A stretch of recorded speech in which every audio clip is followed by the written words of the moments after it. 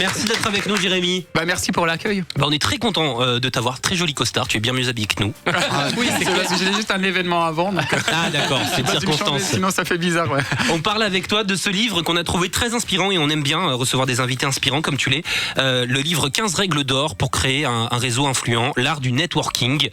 Raconte-nous ton histoire pour commencer peut-être, d'où t'es parti et puis où t'en es aujourd'hui, comment tu t'es construit tout ça. Je suis parti de loin parce que le networking, les relations, on n'apprend pas ça à l'école. Et moi je pensais, comme beaucoup, on a un diplôme, ça va aider. Donc moi j'ai fait ingénieur civil. Et dès que je suis rentré dans le monde réel, c'est pas ça ce qui était prévu, c'est pas passé.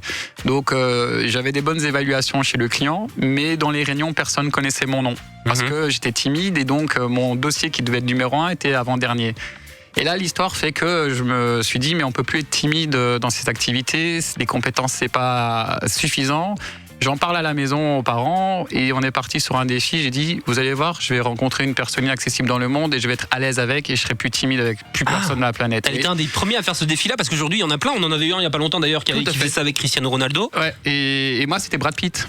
D'accord. Et je l'ai rencontré et après sur le chemin, je me suis créé un réseau influent. Mais c'est toi qui étais passé dans la spéciale mytho la dernière fois. C'est ça. Je me souviens. Cette histoire était incroyable. Je me souviens, t'étais parti rencontrer Brad Pitt, tu l'as croisé dans une soirée dans le sud de la France. Voilà, c'est ça. Et de base, la première étape, c'était de savoir se connecter à n'importe quelle personne à la planète. Et aujourd'hui, en fait, je me rends compte aussi que, regardez, si vous êtes aujourd'hui à la radio, c'est parce que vous avez le talent, mais pourquoi c'est vous qui êtes derrière le micro?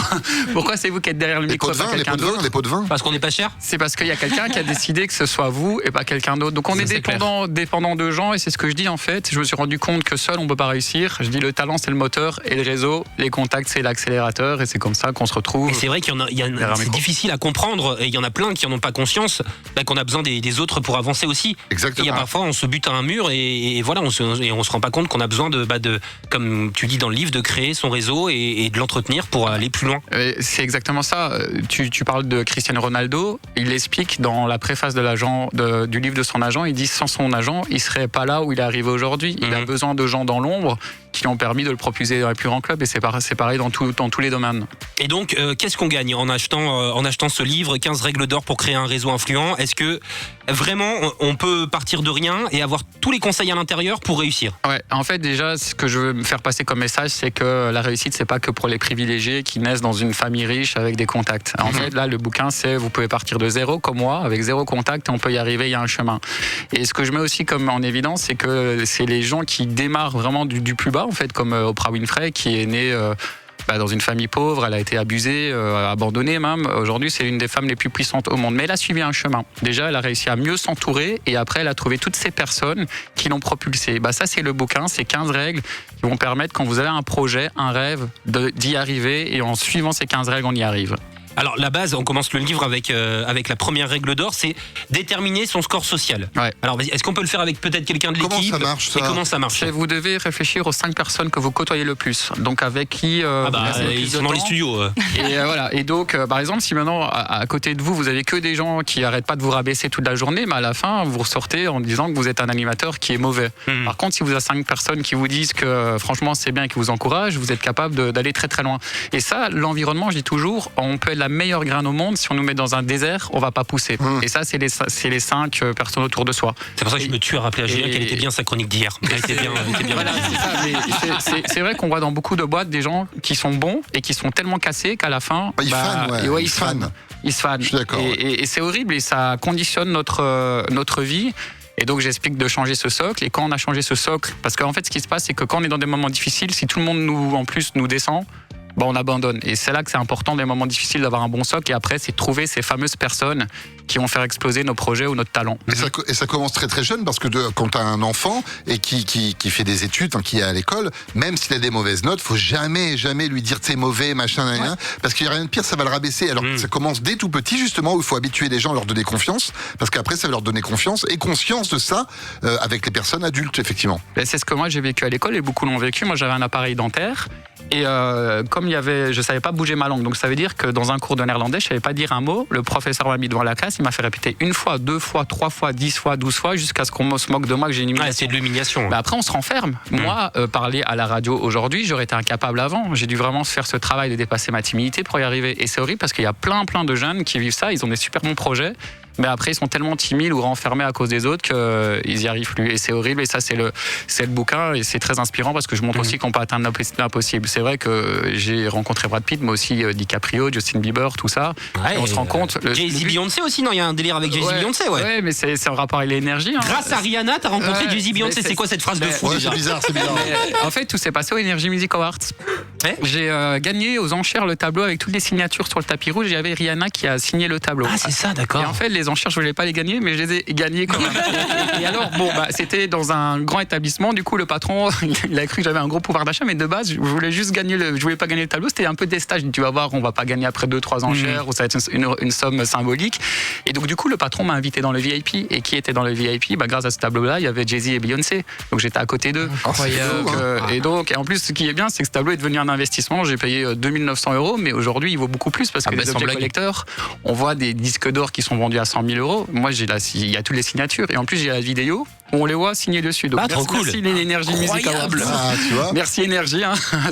C'est le meilleur investissement. On a participé, ouais. C'est un truc de fou. Moi, j'ai facile à parler avec les gens. On me l'a toujours dit, c'est cool, tu sais parler avec les gens, ça va t'amener à avoir plus facile à avoir des collaborations, du networking, parce que je suis quand même aussi programmateur pour l'émission. Mais par contre, on m'a surtout parlé du culot. À un moment donné, on m'a toujours dit, mais mec, si tu penses que tu peux pas le faire, fais-le avec le culot, tu vas voir, ça va marcher. Est-ce que le culot, pour toi, c'est la bonne solution? Ah, mais l'audace et le culot. J'ai expliqué une histoire, j'ai expliqué sur une conférence. C'est que je suis au Festival de Cannes et je suis devant un événement. En fait, j'étais même pas invité, je savais même pas qu'il y a cet événement, mais c'est un événement qui a l'air très important. C'est une grande marque qui a un concert privé de Jamiroquai dans cette boîte. Enfin, c'est même pas un boîte, c'est vraiment un lieu. Et il y avait une file et c'était désorganisé. Et là, je vois le prince Emmanuel de Savoie qui arrive avec sa femme.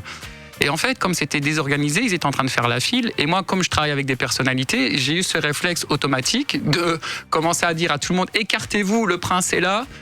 Et c'est de la synergologie. Quand on a une audace, une assurance, tout le monde s'est écarté. Ouais, j'ai dit au prince, venez avec moi, il ne savait même pas qui j'étais. Et des gens qui avaient une invitation ont fait 1 heure de file. Moi, je suis passé avec eux et à l'entrée, ils m'ont fait passer avec. et en plus, le prince a dit merci, vous êtes vraiment sympa et on fait le photocall ensemble. Donc j'ai la photo avec les deux, avec Jamiroquai derrière. J'étais dans la soirée et là, je me suis dit, mais c'était naturel. Mais en même temps, les gens me disent ouais, mais il faut quand même oser dire à tout le monde avec une assurance totale dans un événement comme ça que de se décaler parce qu'il y avait des gens importants dans la file. Mais je dis au début, c'est comme dans tout, et il faut jamais être arrogant, mais il faut avoir confiance en soi. Ouais. Moi, j'ai été l'agent de Miss Monde en 1 semaine, parce que en fait, en 3 secondes, j'étais tellement sûr de moi qu'elle n'a pas eu le choix de signer avec moi. Mais avant, moi, c'était impossible. Je n'osais même pas regarder dans les yeux quelqu'un. Donc, il y a eu ce travail-là que j'explique aussi dans le livre de comment passer de cet état A à cet état B. C'est quoi l'argumentaire pour la faire signer en 3 secondes, Miss Monde? C'est parce que dans le bouquin, j'explique que je suis un connecteur aussi. Moi, 1 semaine après, je la mettais comme invitée dans un gala avec Eva Longoria. Ouais. Et donc, quand on peut apporter des opportunités... Mais en tant que Miss Monde, elle aurait eu ces opportunités-là, non? Il faut quand même qu'elle sache, elle soit au courant des opportunités. Elle savait pas, ça se passait à Madrid. Et en plus, il y avait Cristiano Ronaldo qui a été invité d'honneur. Donc moi, ça m'a arrangé parce que quand on est dans des événements comme ça, on rencontre d'autres personnes. Tu augmentes ton réseau en plus. J'ai accompagné Stromae au World Music Awards. On se retrouve dans les loges. À côté, il y a Miley Cyrus et Mariah Carey. Ah ouais. Et moi, dans mon domaine, après, il y a aussi les plus grands PDG au monde, ce qui m'intéresse plus parce que moi, je suis entrepreneur et c'est comme ça qu'en fait, on peut graviter dans un milieu artistique et ça va nous connecter à un milieu d'entrepreneurs. Et paf, tu viens ici, tu rencontres le PDG d'Arius, Monsieur Jean-François Legrand. C'est moi. Jérémy Van Obdenbos qui est avec nous, le livre 15 règles d'or pour créer un réseau influent. L'art du networking, c'est disponible, c'est très inspirant, c'est très enrichissant comme bouquin. Donc voilà, achetez-le si vous avez une âme d'entrepreneur ou d'entrepreneuse, mais pas que d'ailleurs. Ça peut servir juste pour avoir plus confiance en soi au boulot, dans la vie. Il y a 3 axes. C'est pas que pour les entrepreneurs, c'est aussi pour les talents. En fait, je donne des clés. Par exemple, moi, il y a des gens qui, grâce à Énergie, je les ai mis à la radio. En fait, ils avaient le talent, mais pas les contacts radio. Et ils sont venus sur Énergie directement. Ils ont signé en maison de disque. D'accord. Par exemple, qui? Les Twin Cello. Ouais, ils sont venus. Alors, de nouveau, à l'audace, je vais vous expliquer comment ça s'est passé. Parce que il y a tellement de demandes pour passer à la radio que c'est compliqué d'être dans une programmation. Et je pense que c'est les seuls qui n'étaient pas en maison de disque et qui ont réussi à passer. Souvent, c'est le nerf de la guerre, c'est d'être justement dans une grosse maison de disque. Parce que sinon, c'est hyper compliqué quand on est en Indé. Ouais. Et là, c'est là que est intéressant le mot influent dans réseau influent. Parce que moi, je connaissais le CEO d'Énergie. Et donc, je lui en parle. Énergie France? Énergie Belgique, l'ancien. D'accord, ok. Et donc, Marc Vossen, ouais, c'est ça. Et je lui dis, écoute, je voudrais te présenter les artistes. Et bien sûr, le réflexe, c'est, mais ouais, on me demande toujours ça. Et ce que j'ai fait, et ça, c'est intéressant, je lui dis, écoute, je regarde dans les yeux, mais sûr de moi. Je lui dis, si tu les rencontres 5 minutes, si ça se passe mal, je te signe un papier que je travaille pendant 1 mois gratuitement chez toi et je peux même faire les toilettes. Donc, Un truc du coup, il était gagnant sur les deux. Soit il va avoir confiance au produit, quoi. Ouais, soit il aime les artistes et il les fait passer et ça explose. Ou soit il a quelqu'un qui va travailler un mois et faire les trucs les plus dégueulasses pendant un mois. Donc il est gagnant. Donc il dit ok. Et on s'est vu. C'était je vais peut-être pas citer le lieu. On a pris un petit déjeuner ensemble et ça s'est bien passé. Ce qui est important en networking, c'est que la vision des chanteurs et leur énergie a été contaminante aussi. Et donc après ils sont passés sur énergie. Après ils ont signé en maison de disques. Ils étaient aussi sur l'énergie tour. Et donc c'est pas que pour les entrepreneurs, c'est pour les talents et c'est aussi pour les gens en effet qui sont pas nés dans le bon environnement et qui ont envie de réussir. Il y a toutes les clés en main pour réussir. Il y a un chemin, ouais, c'est comme Oprah Winfrey, Elon Musk. Je mets dans le bouquin, je parle du joueur de foot Ibrahimovic, qui de base est bosniaque et puis était suédois et il était pas suédois quoi. Et donc du coup il devait faire 10 fois plus que les autres pour réussir. Et le bouquin, ce que je dis dans le bouquin, c'est qu'il y a beaucoup de gens qui sont rabaissés. Et je dis, tous ceux qui vous rabaissent, n'abandonnez pas, montrez juste leur qu'ils ont tort. Et quand on a ce mindset-là, tous ces gens-là réussissent bien plus haut que des gens qui sont nés justement avec une cuillère en or ou en argent dans la bouche. Monsieur Jeff, vous avez une question? Oui, c'était une question ou une affirmation. Je sais pas. Est-ce que tu trouves pas que justement ça s'est perdu? Il y a des gens comme toi qui maintenant font des bouquins pour expliquer comment on se fait un réseau. Et attention, je parle des réseaux à toute échelle. Là, tu parles des réseaux assez élevés au niveau des gens, des famous, tout ça. Mais à une époque, t'allais dans n'importe quel village, dans n'importe quelle ville, tu connaissais tout le monde dans ton quartier. C'était important d'avoir un réseau, de connaître le boucher, le machin. Les gens se feront des À l'heure des réseaux sociaux, il y a moins de réseaux, tu veux dire? Et à l'heure des réseaux sociaux, il y a moins de réseaux. On est obligé de réexpliquer aux gens ce que c'est qu'un serrage de main. Ce que tu le disais toi-même. J'ai regardé dans les yeux, un vrai contact physique.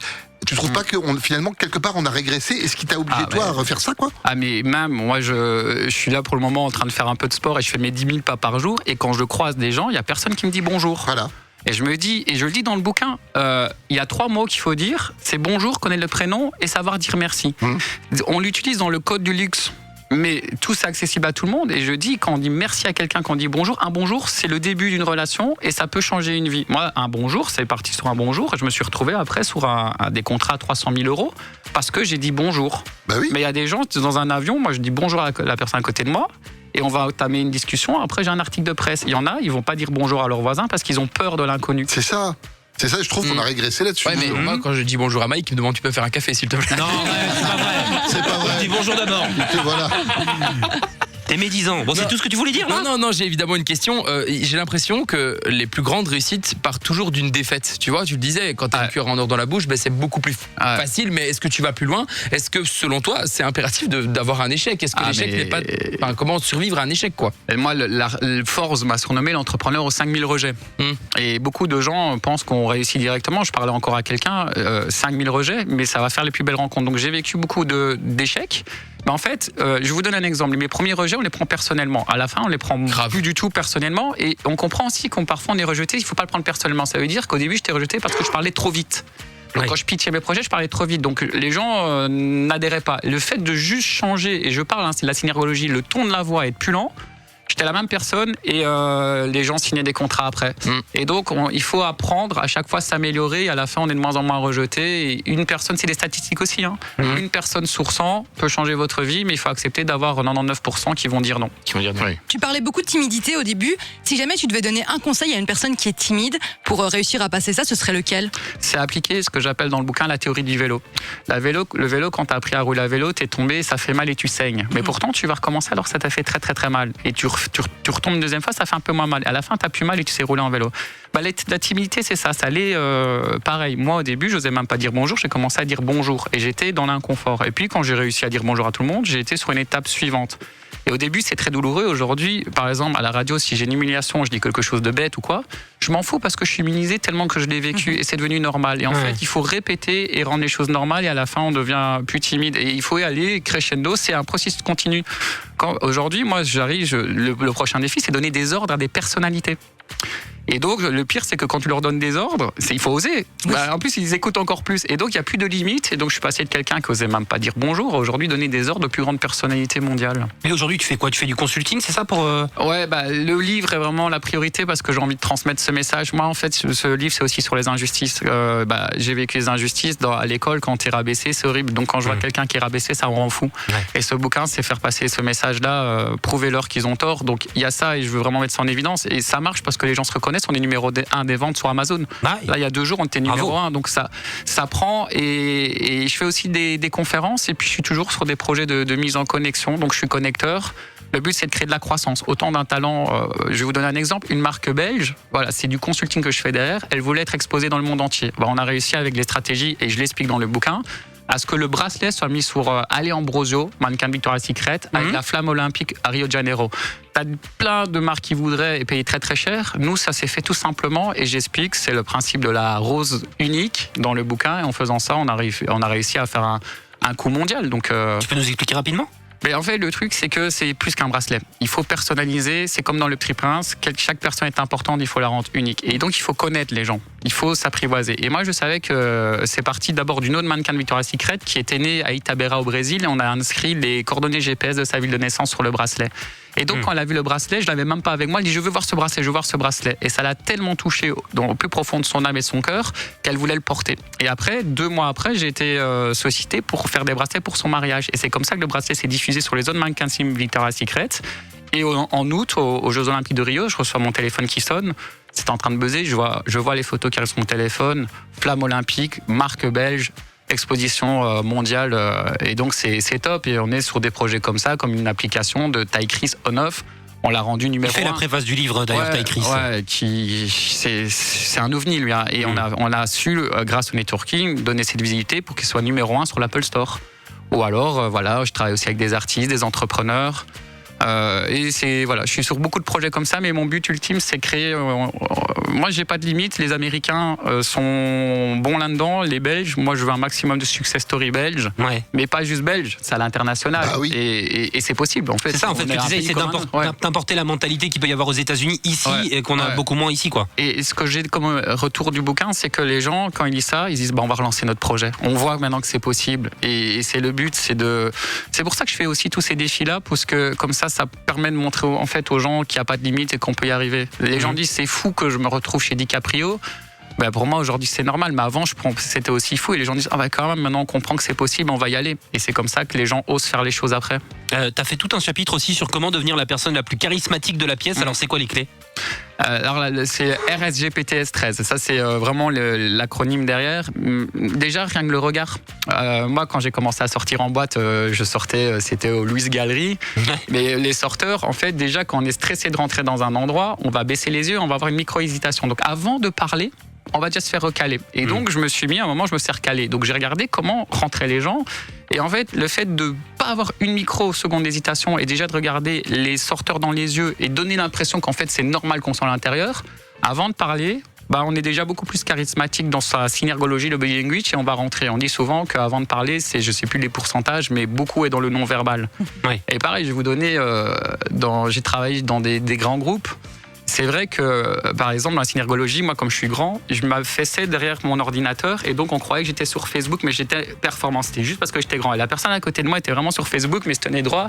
Et donc on croyait que j'étais la personne qui faisait rien et l'autre faisait tout, alors que c'était le contraire. Donc c'est important de faire très attention au non-verbal et aussi il faut qu'il y ait la congruence. Moi, je suis beaucoup dans les médias, il y a des gens qui paraissent confiants, mais derrière le pupitre, il y a le pied qui bouge. Et au plus, une partie du corps est loin du cerveau, au moins elle est contrôlée.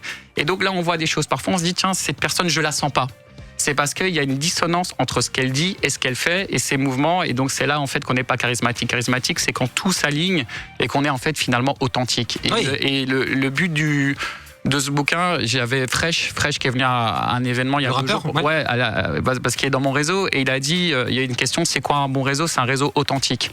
Et ça aussi, on le montre dans le bouquin parce que tout le monde pense que c'est opportuniste, mais c'est pas les meilleures relations. Ty Chris, c'est pareil, c'est devenu une relation d'amitié. C'est pour ça qu'il a fait la préface, tout est authentique. Et quand on est dans l'opportunisme, ça va durer un petit peu de temps, mais après on se fait avoir. C'est rester soi-même, rester authentique, mais avoir confiance en soi, savoir ses forces. Par exemple, il y a des gens qui se disent mais je comprends pas, moi j'attire toujours les gens que j'aime pas. Je fais c'est parce que t'es normal avec les gens que t'aimes pas. Par contre, quand tu vas aller dans un date avec quelqu'un, c'est la femme de ta vie, tu vas tellement stresser que même au niveau de l'énergie, tu vas commencer à plus être toi-même, tu vas commencer à réfléchir à chaque phrase que tu as dit. Du coup, ça va pas accrocher. Ils disent mais je comprends pas, les gens que j'aime bien, j'arrive pas à les séduire, et ceux que j'aime pas, je les séduis sans le vouloir. C'est parce que t'es authentique, et quand on est authentique, on devient vraiment charismatique. Donc c'est à la fois une force et une faiblesse aussi. Faiblesse pour pour là, ce que tu nous décrivais à l'instant, quoi. Ouais. d'être trop authentique face aux gens qu'on aime et du coup Non, c'est justement bien. C'est par contre quand on n'est plus soi-même que là c'est pas bien. Et tout se ressent. Donc on commence à bégayer, on commence à être mal à l'aise et on le ressent. Donc c'est important. Tout est dans l'énergie aussi. Si on est dans une énergie de peur. En fait, il faut être un véritable caméléon social. C'est ce que tu dis d'ailleurs dans le livre. Oui, il faut savoir. Et c'est pas de la manipulation. Il faut savoir rentrer dans le monde des autres. J'ai été à Tenerife m'entraîner. J'étais sur les pistes avec les champions olympiques belges. Ceux qui sont aux Jeux Olympiques. Et c'est comme un relais, un passage de relais. On rate une seconde, il n'y a rien qui se passe. Dans une relation, si on ne sait pas se mettre sur la même longueur d'onde de la personne, ça ne fonctionne pas. Et je vais donner un exemple de comment j'ai signé un contrat, mais à 6 chiffres. C'est qu'au début, la personne ne m'écoutait pas. Et je me suis rendu compte que ce n'était pas un auditif, mais un visuel. Et un visuel, j'ai commencé à faire un dessin, il a écouté, j'ai le contrat. Et c'est pareil, vous voyez, Tomorrowland, je donne l'exemple. Tomorrowland, pourquoi ils sont passés de 10 000 personnes à 400 000 personnes d'audience? C'est parce qu'ils activent trois on va dire, moyens de communication qui vont plus synchroniser avec les gens. C'est le visuel avec le main stage. Les gens, ils s'en foutent de la musique, ils veulent juste voir le main stage. Puis il y a la musique, les auditifs, où là, c'est les meilleurs DJ au monde. Et puis il y a les kinesthésiques, c'est le ressenti. Et là, quand on voit le lieu, quand on voit l'esprit de foule et l'énergie, on synchronise aux 3 niveaux de communication des gens et c'est comme ça qu'on a beaucoup plus de gens qu'un autre festival qui va être moins sur le visuel, moins sur l'auditif, moins le kinesthésique. Tu pourras en parler des heures avec toi. Merci beaucoup Jérémy Van Obdenbos. Allez, achetez le livre si vous voulez en savoir plus. 15 règles d'or pour créer un réseau influent, l'art du networking. On peut l'applaudir. Merci beaucoup Jérémy d'avoir été avec nous. Merci à vous. Mike. 16h-19h. 16h-19h sur Énergie.